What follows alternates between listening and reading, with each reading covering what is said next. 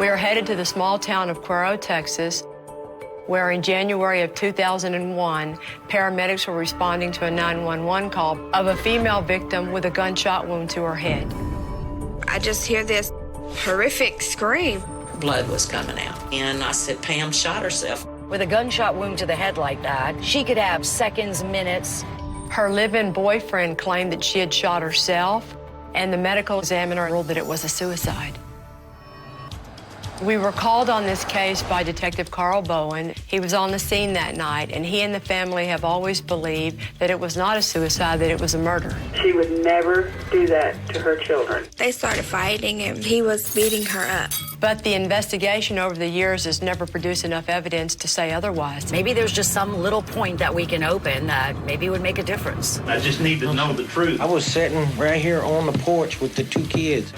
As a CSI, I've been on over 7,000 crime scenes, and in my experience, there's a couple of reasons why this case went cold. First, there was no preservation of the crime scene because the victim was still alive, so they whisked her away to try to revive her. Also, small towns don't have the resources that larger towns do, as in possibly looking at DNA at the gun at the time. If this case is a murder and not a suicide, our goal is to prove that. I've tried 68 murder cases in 21 years, and I've never lost. But these cases where it could be a murder or a suicide are always the hardest ones to deal with. I know Ronnie didn't kill her. He loved Pam. Ronnie shot my mom. Can't just get away with that. It doesn't work like that. It has been 16 years and still no answer. Police consider her killing a cold case. Years later, the case is still unsolved. I've chosen cold cases from across the country and teamed up with the best detectives to solve them. We're more determined than ever to bring justice to these victims.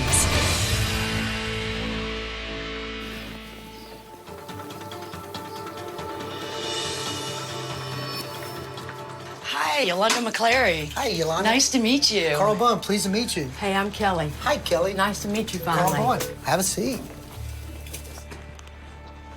This is a case that's been, well, it's been near and dear to my heart for the better part of 12 years now. And it's a sad case. Back in January of 2001 is when we originally got the case. I was actually off, and I had my son with me. And he was too young to leave at the house by himself, so I took him to the scene with me. And by this time, Pamela had already been removed from the scene and was being treated as a patient. And Ronnie was in the ambulance with her. And one of the things that just really struck me about this scene is that the kids that were there were about the same age as my son. And it was heartbreaking to watch just because these kids, you know, they had no clue what was going on. You know, they knew that their mom was hurt, and that's all they knew. And I see that whenever I want to get rid of this case. And that's why I just can't let this case go. Good for you. It's been eating at me for 12 years. I never believed Pam committed suicide. And Ronnie has a long history of domestic violence. So in 2008, I reopened the case. But as of now, it still remains cold, and I could really use your help. That's what we're going to try and do. The oldest child, Kayla Suggs, she's actually here. How old is she now? I think Kayla's 23 or 24 Okay. now. When you take up a case, the first thing you always want to do is talk to the victim. And Kayla's the victim. Her mom died. How you doing? Okay. She's the most important witness that we're ever going to get to talk to. Kayla, why don't you start with the beginning and just kind of tell us what you remember happening, as many details as you can. Okay, well, me and my mom would clean the house. She cooked a big old meal of fried chicken, homemade bread, mashed potatoes, gravy, macaroni and cheese. And Ronnie came home from work, and he was drunk, and he just kept on nagging and nagging about just eating everything. And my mom was like, just leave me alone. He was like, just get out. And she said, well, you give us till tomorrow and we'll leave. And he was like, no, leave now. So she told me and Dustin to go put on our shoes. I walked past his chair, and I said, well, you messed up now. And next thing I know, he hit me in my head, and I fell against the bar. My mama come out of her bedroom and was like, what's wrong? And Dustin was like, Ronnie hit Kayla, and they started fighting. And A real fight? he was beating her up. My mom and Ronnie fought quite a bit. She didn't want everybody to know, so she would put on a front and make everybody think she was so happy and go lucky. But for him to put his hands on me, that was crazy. And so I felt She was taken up for me. At one point, he grabbed her hair and kneed her in her eye. I was able to walk to his mama's house. We called my grandpa. And where's your grandpa live? In Arkansas. Okay. And we started packing, put everything on the trailer, and we were like 15 minutes away from leaving. We were just sitting in the living room watching TV. I just hear this horrific scream. I open the bedroom door, and all I see is like her waist, and you can see she's laying on the bathroom floor, and he's standing in the bathroom doorway. And you're the only one there that can tell us what happened because your brother was kind of young, My brother, Dustin, he doesn't talk about my mom a lot. He doesn't even like to think about it, but I have faith. And he didn't see any of it. You kind of protected him to begin with, so. I didn't want him to see. And I don't blame you. I wouldn't either. I know that Ronnie shot my mom. I don't want to take his life. I don't want to do to him what I feel he did to my mom. I just want him to sit and have to know that he's paying for what he done. He can't just do stuff like that and get away. You took somebody's mom and their daughter and their sister. You don't just get to get away with that. It doesn't work like that.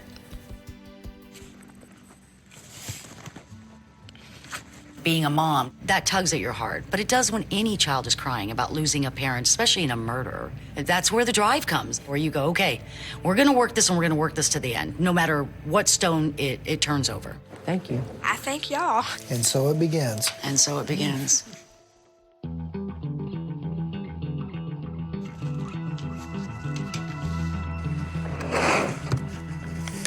Hey, man. Look who's here. Hey, yo. Hey, how's it going? Carl Johnny Bond. Johnny, Carl Bowen. Nice meeting you. Likewise. Kelly and I are pretty good at digging into cold cases, but we're not detectives. So we're bringing in Johnny Bonds. No one better to do the interviews and the interrogations. I've been a police officer since 1967. Went to homicide in 72 and been working on murder cases ever since. I've had several suicides in my career that turned out to be murders. My career cases that probably brought more attention to me than anything I've ever done was a murder case that had been ruled a suicide.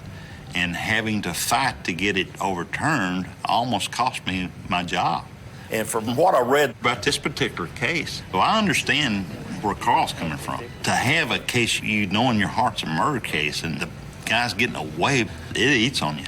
Okay, so all the reasons why it's a suicide. You always have to address both sides of the case. Let's make sure we're not trying to convict an innocent man. So we put everything up on the board going to suicide and everything up there going to murder and wade through each and every one of them to see if they're believable and if they're consistent and see what we have at the end of the week. Okay, y'all, let's start with suicide. What supports that case? First thing would be the wound. The gun is a contact wound to the right side of her head. Pushed up against her head is contact, and the exit is on the left side of her head, and the path is right to left, front to back, and slightly upward. That's the classic suicide wound and angle, which is why this case got ruled a suicide initially. Okay, what's next? The lack of testing that was done that night. Because no testing was done that night, that could be one of the reasons why this was ruled a suicide and not a murder. Ideally, police would have swabbed Pam and Ronnie's hands for gunshot residue to later determine if Pam or Ronnie had shot the weapon. But in a small town like Cuero, the closest GSR kit was 6 hours away. A revolver is really one of the dirtiest guns to shoot. It inevitably will leave a black mark of soot and powder on your hand.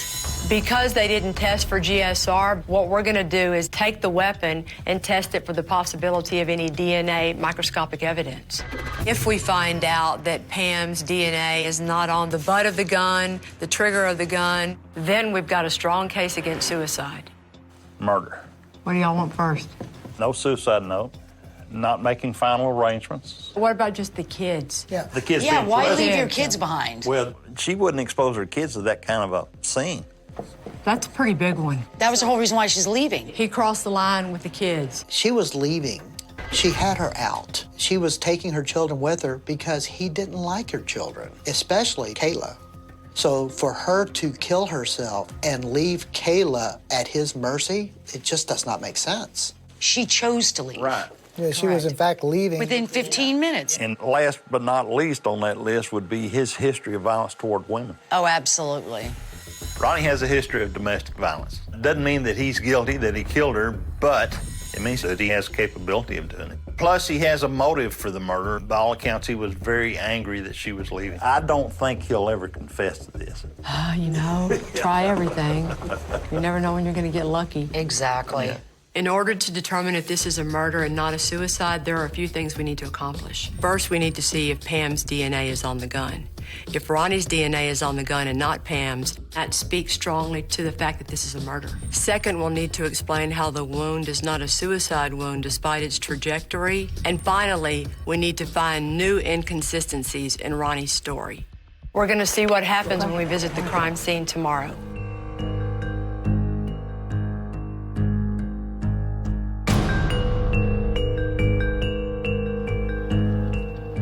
Today we get to visit the crime scene.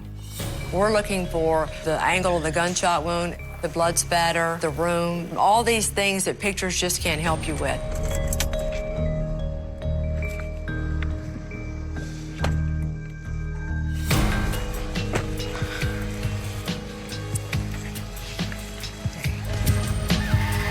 Okay? I know it's tough going back and looking into this. And we wouldn't do it unless we just absolutely had to. I started getting sick to my stomach. It's just hard to relive the moment, period, you know? I don't even like to think about it.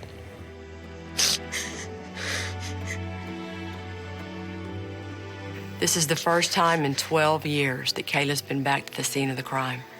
And I'm thinking it's gonna be really hard on her. But if we're gonna solve this case, we need Kayla to go back inside the house with us to show us everything she saw that night, everything she heard, and how exactly it all happened.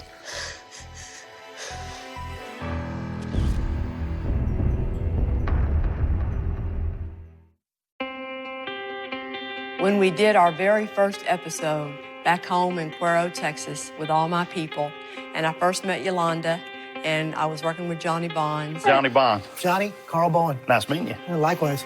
It was like being home.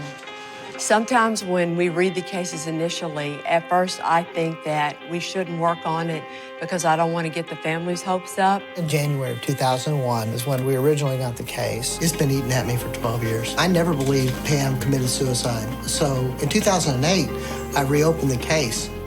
But as of now, it still remains cold, and I could really use your help. That's what we're going to try and do. But getting to know those people and make them proud and make the case turn out the way it did was one of the best things that's ever happened working on Cold Justice.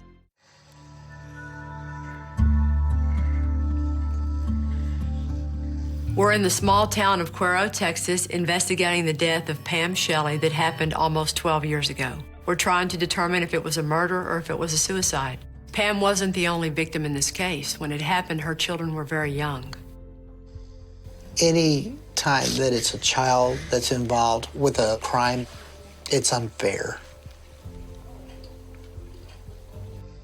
We needed to go back to the crime scene to see if we could recreate everything and see if this suicide really could have been a murder. I know it's hard for you to go back in the house. You were 12 years old, probably the worst day you'll ever have in your whole life. So none of us expect you to remember every little detail about it. Don't put that pressure on yourself, and don't worry about it. You remember what you remember, you tell us what you can, you stick to the truth. You okay? Take your time.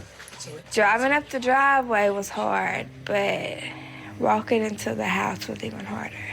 Just look around and tell us everything you saw one time, and then you'll be all done. It was just so many mixed feelings so fast. The door was shut. I opened the door. I come through here. You could see half of her laying here, and he was standing like this. Okay, Kayla, let's do this. Go stand over there, okay? When you say half, here's my feet. And am I this way? You're just laying flat. And he was standing.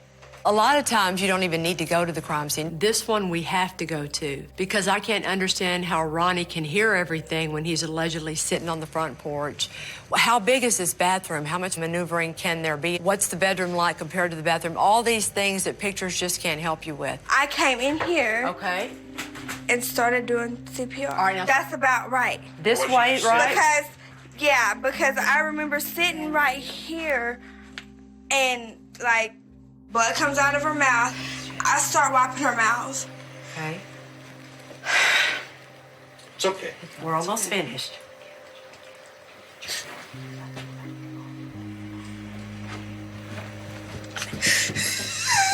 You know, she's still a baby, and she's seeing it, she's reliving it, she's feeling it. It's horrible. Carl, can you take Kayla outside for just a little bit and then come back in? We're going to talk about some stuff that I don't think she wants to hear. Sure. Come on, let's go. The biggest argument for suicide is the angle or trajectory of the bullet. I need to figure out, could Ronnie have shot Pam and made it look like a classic suicide? If he comes up behind her with a gun, he'd shoot her in the back of the head. It would be... You're saying it's going to go up? Yeah, it should have gone the opposite direction. It should have gone forward. Okay, you come at me, and I'm going to show you another scenario of how this trajectory is going to work. Okay, here I come. All right. My head goes down. Trying to get away from you. Oh, hold it. Okay. Now, look at the angle. And look at the angle. And you're turning, look, you're looking toward me, too. That's perfect. You see it? That's perfect. And it's going to the wall. Yeah, that worked. We had a problem with the wound and the angle. If she was looking in the mirror, she saw this gun coming toward her head in the mirror. She ducks and turns. A natural reaction. She'll crumble down and fall to where her head ends up coming in contact with its lower wall. Okay. I couldn't do this without Yolanda. She's an expert CSI. She's investigated over 7,000 crime scenes, and she's here today to help us re-examine and dissect this case to try and figure out what the heck happened.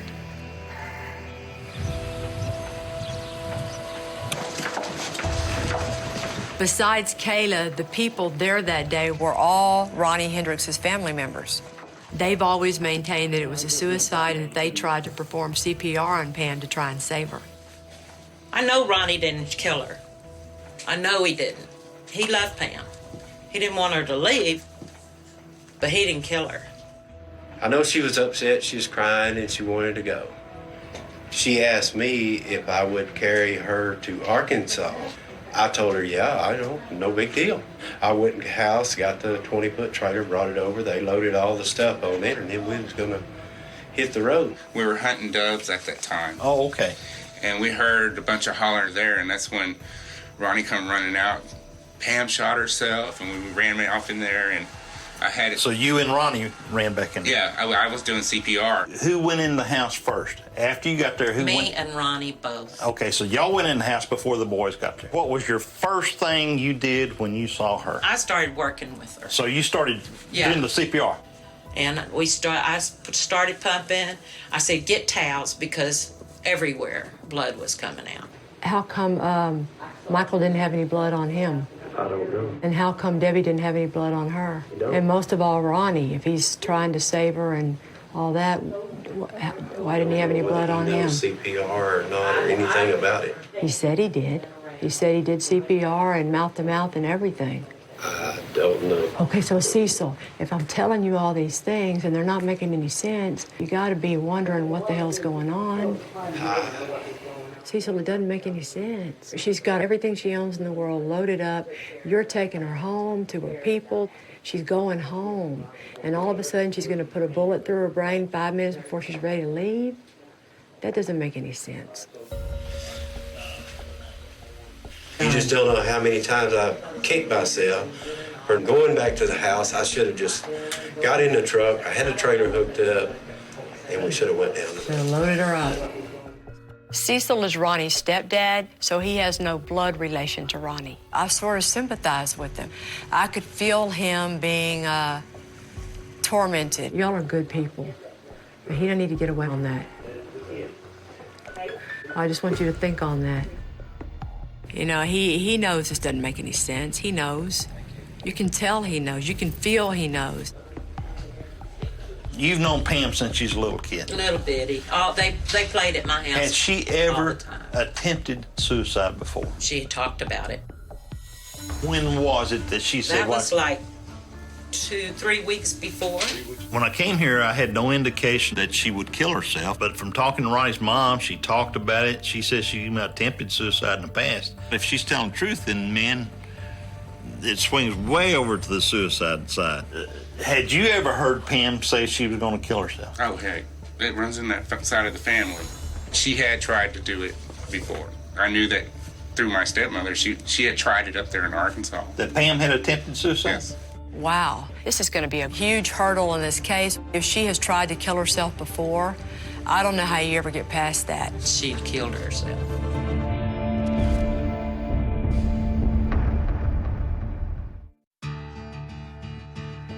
With Kayla saying that her mom would never try to kill herself, and Ronnie's family saying the opposite, the important thing for us to do now is to try and talk to everybody in Pam's world, her family, her friends, to see whether, in fact, that was true. It's Carl Bowen over in Texas at the sheriff's office. Yes. Do you have a few moments? Debbie Gibson was very close to Pam in Arkansas and kept up with her when she came to Texas. We're trying to get to any kind of history of some kind of suicide attempt. Let me just ask you this question we heard yesterday. Did Pam herself ever attempt suicide as far as you know? No.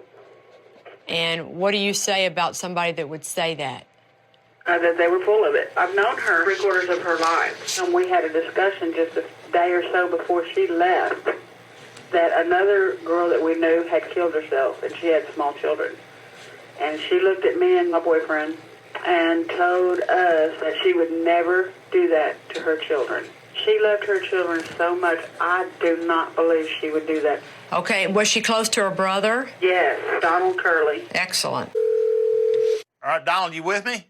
Yes, sir. All right, if you were describing Pam in the summer of 2000 when she moved to Texas, how would you describe her? The time right before she left, she was real upbeat and happy and was looking forward to moving down there. And After she moved to Texas, did y'all stay in touch? yes, sir, we talked on the phone at least once a week. Did she ever confide in you that she was desperate, everything was horrible, and I'm thinking about killing myself? No, sir. She talked to me a lot about if things was bad, but I don't never remember Pam saying anything about killing herself.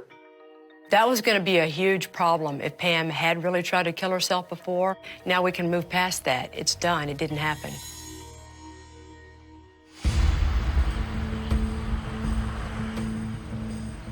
We need to talk to other witnesses from that night to see if their stories match what Ronnie's family says happened. Hey, guys. So we're going to start with meeting with the EMTs because they were the first ones on the scene. I'm Yolanda McClary, CSI. The biggest thing that we wanted to know was when they walked into that bathroom, who was there and what were they doing? Best I remember, she was laying in the bathroom with her head towards the wall, with her feet headed out, and there was a gun laying beside her left leg. Okay. And there was two people in the room, the best I remember. Who was it? I thought one of them was her Boyfriend. When you got in there, was anybody doing CPR? No. Did you see blood on those adult males in the bathroom that looked consistent with trying to help her? No. No.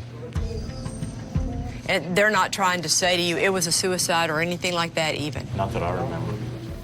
Ronnie, Debbie, and Michael all say that they did CPR, and they continued doing CPR the whole time that they were there. The EMTs come in, and she was still alive, and nobody was doing CPR.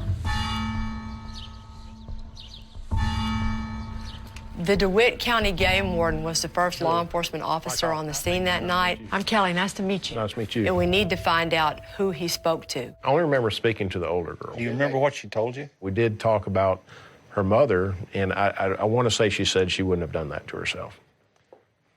Did you ever see Ronnie? I believe he was in the ambulance at the time. Didn't have any conversation with him at all? No. Okay. Besides Ronnie Hendricks and his whole family, who all did you see out there that night? Can't place anybody. And you know the two brothers, Michael and Shannon. Shannon I've dealt with. Okay. The other one I don't know that I know. You remember seeing Shannon? No, not that I'm aware of.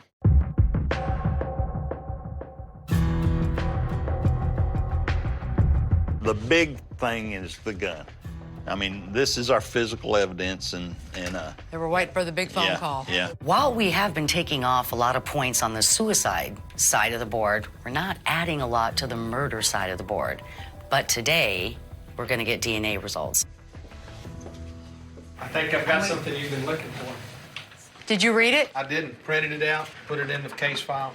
You're a bigger man than me. I'd have been reading that like crazy. Okay, so this is a surprise to all of us.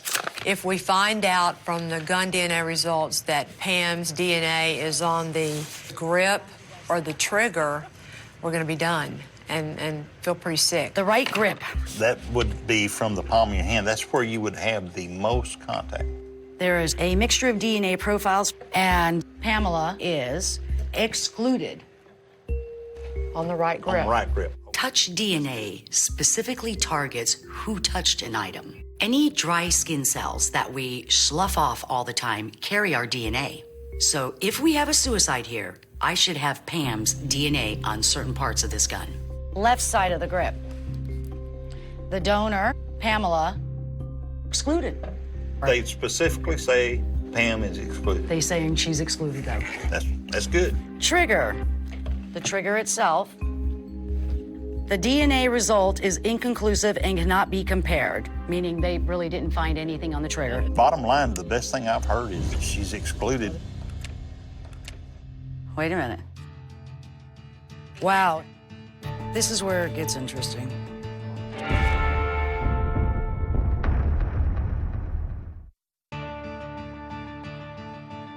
Bottom line, the best thing I've heard is that she's excluded.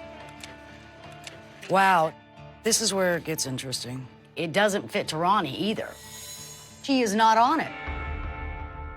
Yeah. Ronnie's admitting he's shooting skunks. He's And we get admitting it's nothing. his gun. Cecil gave it to him. It's his, it's his, it's his, and there's not one piece of Ronnie on there. Why didn't they find Pam there? Because that should have been there. Neither one of their DNA is on the gun. Not Pam's, the victim, not Ronnie who owned the gun. Not Ronnie who owned the gun. I mean, it's his gun. Where's his DNA? So it's a wash. It's neutral. It's neutral. Yeah. It doesn't help us. DNA is not always the answer in cold cases. The TV world has made it seem like that's going to solve everything and point straight to who did it. But I'm here to tell you, in the real world, that's not how we solve most cold cases.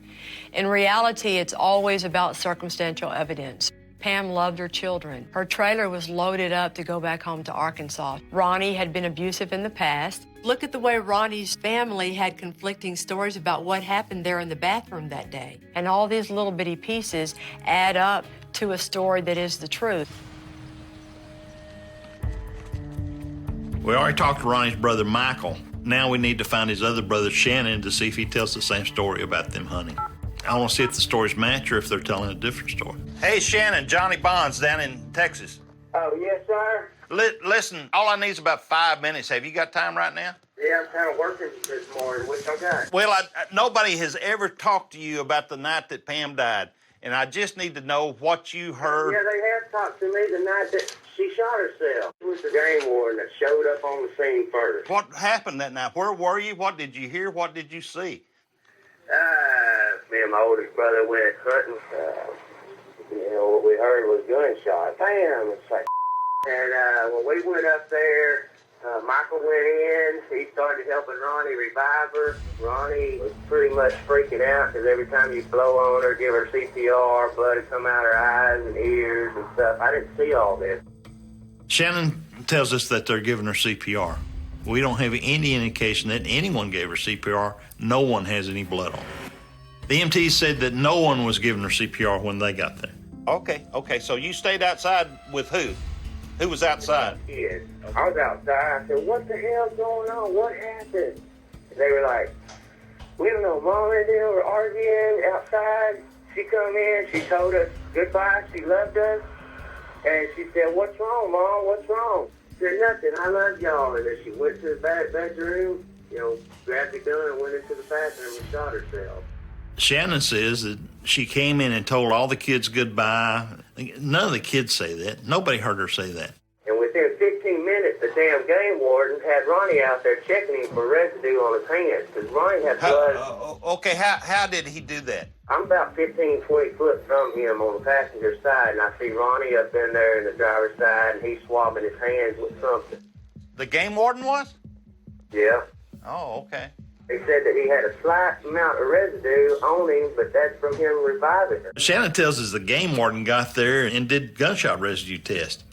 He didn't do that. Even if he did do that, he couldn't give him the results right then. He wouldn't have been able to. That's why said, yeah, it's a murder type, a suicide type deal. Now he's not making any sense at all. You know, and I remember that game warden, because Ronnie's like, man, I gotta get this blood off of me. He had blood all over it. Did you see blood on those adult males in the bathroom? No. How come Ronnie didn't have any blood on him if he's trying to save her? That I can't answer because I don't know. All right, Shannon, I appreciate you talking to me. Thank you very much. All right, man, I just wish it'd get solved. And Well, if you run across that gun, that's a family gun. I sure would like to get that thing back. He just dug up a deeper and deeper hole. I mean, it was just seamless listening to him. He's saying that the game warden got there, and he tested Ronnie's hands. Whoa. And he took his clothes. Because he was able to test and get a result on the scene. Why would he be so stupid? Does he think the game warden is crazy? When you add up all the little things that the Hendricks family has said and changed and contradicted themselves on, they can't take the stand. So they've taken away their potential of testifying to defend Ronnie. So y'all ready to talk to Ronnie? I am. Let's do it. Luckily for us, Ronnie's in jail serving a 1-week sentence for a prior assault, so it's going to be really easy for us to talk to him. The best we can hope for is a confession, but the next best thing is if he changes his story, then we'll know he's lying about something. How you doing? How you doing? Come on in, have a seat. Have a seat.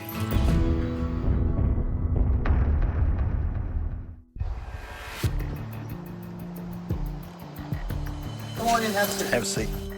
Johnny Bond's specialty is interviewing witnesses. He has all the experience that anyone could ever hope for, and no matter who he's talking to, they all just seem to somehow magically open up to him. It's unbelievable. Before you say a word, if you killed her, I'm telling you right now, the best thing you can do is say, I want a lawyer and not talk to us anymore. Yes. If you did not kill her, this is your chance to prove it. I know I didn't do it, sir. Well, I'm asking you, are you waiving your rights or are you willing to talk to us? I'm willing to mend because I've been riding with this for a long time. Well, I know it's been 11 years. I love this lady, man. I've known her. I've heard that. I knew her ever since she was a baby. And ever since you were a kid. Baby. Stop. Let me ask you some specific questions before we get carried away. According to Carl in the case documents, Ronnie's given 2 different versions about where he was when the shots were fired that day. I'm interested in seeing which version he's going to give us today. The biggest problems are that you've changed your story. In 2001, Ronnie said he was sitting on the porch when he heard a gunshot, and he got up, he ran into the master bathroom where he found Pamela had just shot herself in the head. And he stayed with that story all the way until 2008 when Carl reopened the case. Then his story changed to, well, I was in the room, but I didn't shoot her, she shot herself. When did you realize that she had a gun in her hand? When I went into the bathroom, it was laying on the ground. You said you were outside? Yeah, I was outside with the kids. She went inside. You said you were in the room with her? No, I wasn't in the room. I was outside. I was sitting right here on the porch with the 2 kids. She was on the other side. If you were in there, that's fine. I just need to know the truth. No, sir, I was not in there. Me and the kids come running in that room afterwards. So Ronnie's changed his story yet again. Now he's saying he's on the porch with the kids, but the kids say they were in the house watching TV. So what's the deal? He's making up another story. He's full of it. You're coming right back to the problem we got. Well, the problem we have is that you've changed your story. Do you remember saying, do you remember 4 years ago when you admitted that you were in the room with him? No. You don't remember saying that? No. Back when you were in jail in 2008. They recorded your phone conversations. The other day I took a polygraph test for Pam. Taylor told me that they're opening the case back up. You're not telling the whole story, what happened in the bedroom. As long as you tell the truth. I lied the first time. I told him that I was outside. I didn't want to be in the room. But you were in the room. You tell your aunt that you lied that you were in the room. I wasn't in the room. I felt like I was in the room. Why did you tell him that? You know, I felt like I was in the room. I mean, that doesn't help. I need to talk to a lawyer. I need a lawyer friend. Well, I wanted your help, but if I am going to help you. I am telling you. No, you want a lawyer. I can get out of here. You said lawyer, and that ends it. That ends it. When you say lawyer, I got to quit. You're going to press me a charge, you know. If I can prove you killed her, And if you did kill her, yeah, we're going to file one for murder. If we won't lawyer, we're done. Yes. I think I need to have a lawyer. Well, I think you probably do too.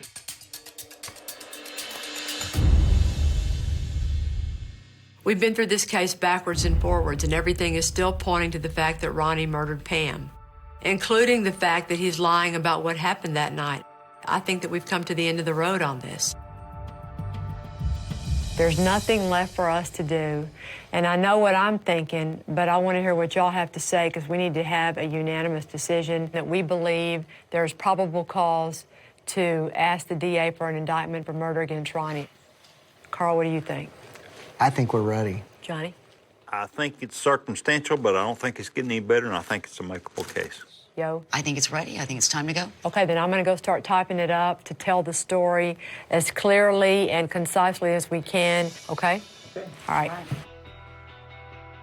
I believe that we have enough evidence, so the next step is for the probable cause to be drawn up and go talk to the DA to see if he believes that there's enough there to file charges or to take the case to a grand jury to see if they want to indict Ronnie for murder. When Kelly is committed to something, she is committed 100%. She will follow it through to the very end. Are you ready? Yeah. And hopefully he'll agree with all of our opinion, yes? Okay, awesome.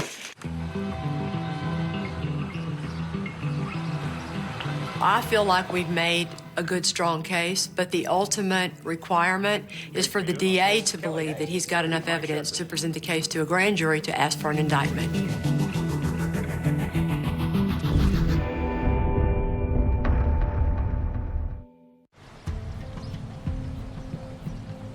I think we hit it this time.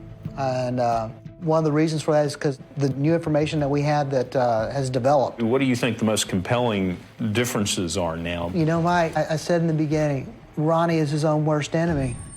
A ton of inconsistencies in this guy's story. His version of the events of that night have not only changed from what he said in the beginning, but has now come full circle. I was sitting right here on the porch with the two kids. The problem we have is that you've changed your story. I mean, how hard is it to remember where you were when the shot went off? He was back to saying I was that on the he was porch, outside. Which was the original statement. Which was his original statement. Usually I'm on the other side of the table. I'm the one sitting there going, okay, let me hear it. It's more stressful because you don't want to walk out the door getting a rejection and go, I forgot to tell him that. We've re-interviewed his mother, his stepfather, his brothers. One of the brothers even goes as far as to say that the game warden did a test for GSR on Ronnie. He's swabbing his hands with something. The game warden was? Yeah. Said that he had a slight amount of residue on him. And then had Ronnie remove his clothing and take it into evidence. That's the brother story. That's the brother story. Clearly concocted. Obviously. It was so cool watching Carl. To feel his involvement and emotion and dedication is just amazing. And I want to ask you about some of the aspects that I had problems with.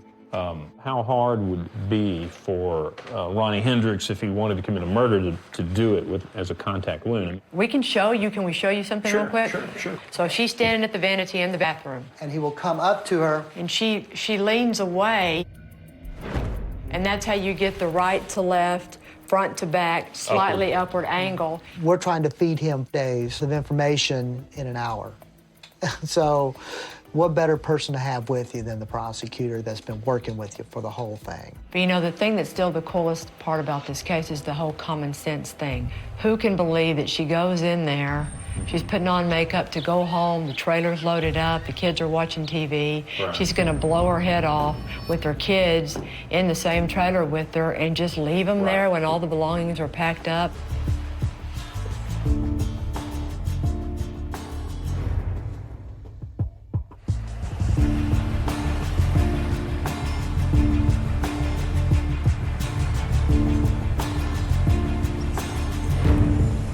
Kayla, we wanted to kind of catch you up on what all happened. We did everything we could think of to do between the three of us, with Carl leading the way. Every question we had, every piece of evidence. And so what happens now is yesterday Carl took the whole case to the DA, and the DA is going to present it to the grand jury. And that's the best we could expect to find today. You understand right. that? Okay. I appreciate everything that y'all done. Well, you're very welcome. The DA agreed to take the case to a grand jury, which means that he's going to present the evidence to 12 citizens to see if they'll indict Ronnie for the murder of Pam. If they indict him, the case goes to trial. And Kayla will be able to be so proud that she got this all started again for her mom. It's hard to just move on, you know. I know. And I'm telling you, you got to live your own life. You've buried your mother. She can rest in peace because you, her baby, have done all you can. It's time for you to move on, okay? You told me that you weren't going to ever give up on your mom. And I'm very proud of you. Thank you.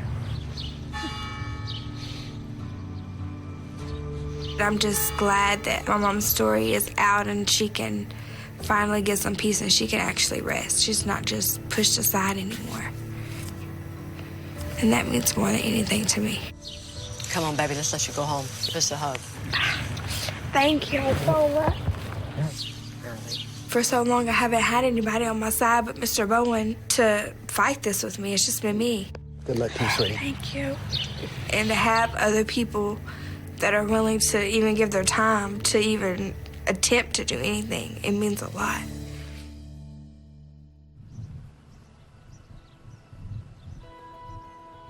Well, I'm going to say, regardless of how this turns out, you've done everything you can do. And I believe that now. I really do. And I am deeply in y'all's debt for all the hard work you did. You were awesome. I wish I could work with detectives like you all the time. Kelly and Yolanda are true masters at what they do. And their experience is absolutely invaluable. Carl should know that he's a great cop. Being a good cop is two things. It's your heart and it's your thorough persistence. And he has both of those things. And because of his dedication, Kayla can say that her mom really loved her and that she would have never left her.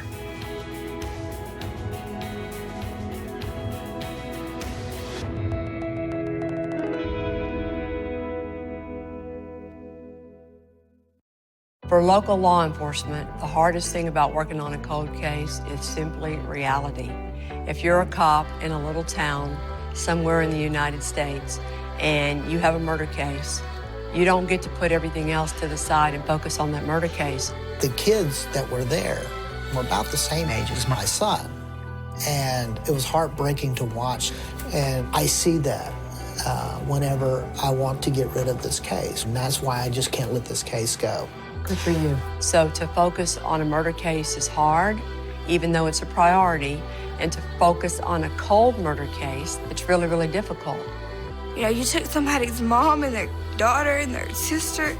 You don't just get to get away with that. It doesn't work like that. Since we worked on the case in Cuero, Texas, that case went to trial and it ended in a plea bargain and he's now sitting in prison.